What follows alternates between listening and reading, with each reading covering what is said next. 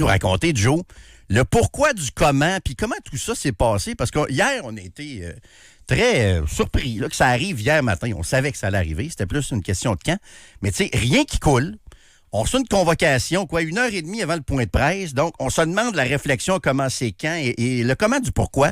Comment tout ça s'est passé, Joe? Bien, ça a commencé à l'été. Dans le fond, lors de la période estivale, François Legault avait discuté notamment avec son chef de cabinet, Martin Koskinen, avec des proches, à savoir est-ce qu'il y a moyen de renverser la vapeur? Est-ce que je peux changer la donne? Parce que, tu sais, je l'ai souvent dit dans les dernières semaines, on me disait dans l'entourage de François Legault, il y a 2 temps dans une année pour faire une réflexion sur ton avenir, la période estivale et les vacances des fêtes. Donc, dans la période estivale, il y a pensé et sa conclusion a été, oui, je pense que je suis capable, je l'ai encore en dedans de moi, on va foncer. On va brasser à cabane, remaniement ministériel, discours inaugural, on s'en prend aux syndicats, les médecins, etc. Puis, on va shaker à canis, puis on va espérer que les choses changent. Et là, bon, le temps des fêtes approche. Finalement, j'imagine François Legault constatait bien que ça bougeait pas. Mais juste avant de partir en vacances des fêtes, ce qu'on me dit, c'est qu'il a dit, là, j'y vais all-in. Je donne un dernier le tout pour coup, le tout. Le dernier souffle. Ça, ouais. ça a été sa tournée On d'entrevue. enlève le goaler. C'est ça. Oh, oui. Ça a été la tournée d'entrevue qu'il a faite. Mais là, ça a culminé finalement avec le départ de Christian Dubé. Donc, il y a eu une réflexion qui s'est amorcée dans le temps des fêtes. Et ce que j'ai bien aimé de ce qu'on m'a raconté, ce que j'ai trouvé intéressant, c'est que on me dit ultimement la question que François Legault s'est posée avec ses proches, c'est est-ce que 2026, humainement puis politiquement, est-ce que ça peut être plus difficile encore que 2025 l'a été? Mais ça, Et sa réponse était oui. Mais ça, lui, M. Legault était le seul à penser que 2026 pouvait bien aller, là. Tu sais, je veux dire, pour lui, là. Ben, depuis, tout le monde au Québec le voyait. Tu sais, je veux dire. En même temps, y a-tu quelque chose d'humain là-dedans? Je pense que oui. Comme Trudeau a pensé longtemps qu'il était le sauveur du Canada, puis moi, on me racontait à Ottawa, pour faire la comparaison, que Trudeau se prenait pour le gardien des valeurs libérales, au sens large. Pas du Parti libéral, mais des valeurs libérales et progressistes au Canada. Le seul remède possible et le seul gardien, le seul rempart contre le conservatisme. Tu sais, des fois, donc, l'exemple de la vie courante, on a tous connu quelqu'un, un gars ou une fille, que tout le monde sait que son chum ou sa blonde le trompe, sauf lui. Là. Ouais, parce que tu ne peux pas voir la vérité en face. Ouais. Je pense que c'est peut-être un peu ça. Bref, à la question, est-ce que 2026 peut être plus dur humainement et politiquement que 2025?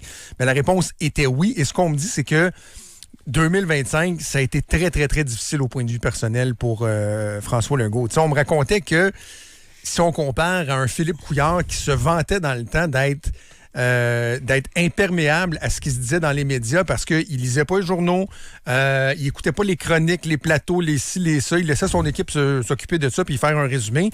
François Legault est très, très, très, très à l'affût. Il est comme moi, il écoute la joute, peut-être pas avec un ramen, mais il écoute la joute. Et la joute, la chronique de radio le matin, lire les journaux, Fait que tout ce qui se disait de négatif et du fait qu'il n'y avait plus rien à faire avec lui, finalement, ben ça a été tough pour lui en 2025, puis il s'est dit ça risque d'être la même chose, sinon pire en 2026. Et vraiment, l'idée d'être une distraction, l'idée que l'élection soit un référendum sur François Legault, il s'est dit non, c'est vraiment pas une bonne idée.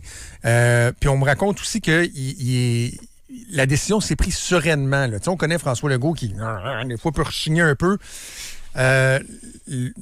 La conclusion de sa réflexion n'a pas été comme c'est ça, j'ai pas le choix de partir. Puis non, serein. Puis même l'idée que ce soit une nouvelle génération de politiciens, politiciennes, peu importe que ce soit la CAQ, le PQ ou le PLQ, on s'entend, ça va être quelqu'un en bas de 50 ans qui risque de gouverner le Québec. Là. Il s'est dit, ouais, c'est correct, j'accepte ça, puis je passe à autre chose.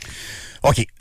Une fois qu'on a dit ça, évidemment, là, on pense à la succession, puis là, les langues commencent à se délier. Moi, ce que je constate pour l'instant, c'est qu'il y a beaucoup de péquistes dans la CAQ qui veulent devenir chefs de la CAQ, ce qui n'est pas nécessairement une bonne nouvelle. Beaucoup de gens de centre-gauche, dont Christine Fréchette, qui veulent devenir chef. On aura peut-être le temps de déballer ça, mais ce qu'il faut dire avant ça, Joe, c'est que tu as appris que la commission, puis en fait, quand on lit entre les lignes, mais tu as du concret, tu as des documents.